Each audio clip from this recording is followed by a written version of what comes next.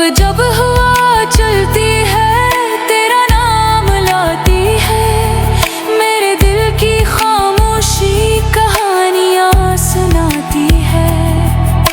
शायद किसी दिन तू भी रुक के सोचेगा कि एक लड़की थी जो तुझसे सच मोहब्बत करती थी।